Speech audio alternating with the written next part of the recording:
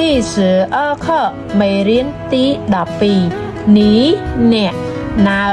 ទីណាឯណាណាទីណាឯណា2你在哪តើអ្នកនៅទីណា你អ្នក在នៅណាទីណា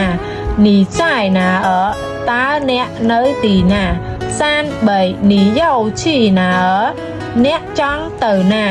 你អ្នក要ចង់去ទៅណាទីណា你要去哪អ្នកចង់ទៅណា4工厂在哪រោងចក្រនៅទីណា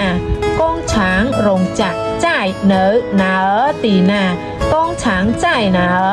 រោងចក្រនៅទីណា5洗手間在哪បន្ទប់ទឹកនៅទីណា洗手間បន្ទប់ទឹក在នៅណាទីណា洗手間在哪បន្ទប់ទឹកនៅទីណា6ជួយជីនតអ៊ីនហាងចាយណាធនាគារនៅចិត្តបំផុតនៅទីណាជួយជីនតចិត្តបំផុតអ៊ីនហាងធនាគារចាយនៅណាទីណាជួយជីនតអ៊ីនហាងចាយណាធនាគារនៅចិត្តបំផុតនៅទីណា